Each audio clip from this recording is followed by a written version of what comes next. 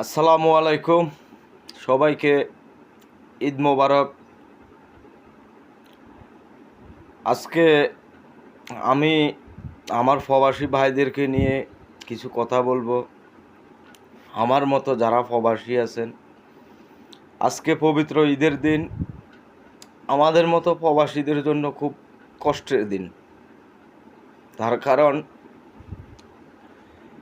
যে সময় দেশে ছিলাম সকালবেলা মা বলতো, বাবা উঠ, ঈদের নামাজ পড়তে যাবি, গোসল করবি।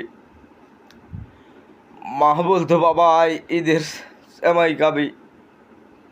মায়ের হাতের রান্নার সেমাই আজ ঈদের দিন অনেক মিস করতেছি। যাদের মা বাবা নাই তারা বুঝে মা বাবা কত কষ্ট, আর আমরা প্রবাসীরাই বুঝি মা বাবা প্রিয়জনদেরকে কাছে না থাকার কত কষ্ট। আজকে ঈদের দিন বেশি বেশি মিস করতেছি আমার মাকে।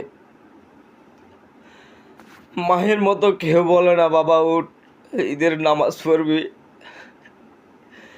কেউ বলে না, বাবা সেমাই খাবি।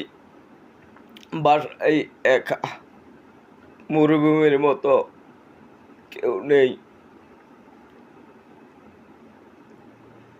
জানি না আল্লাহ পাক মা বাবার সাথে কখন দেখা হবে। তো যাক, সবাইকে ঈদের শুভেচ্ছা রইল। সবাই ভালো থাকবেন।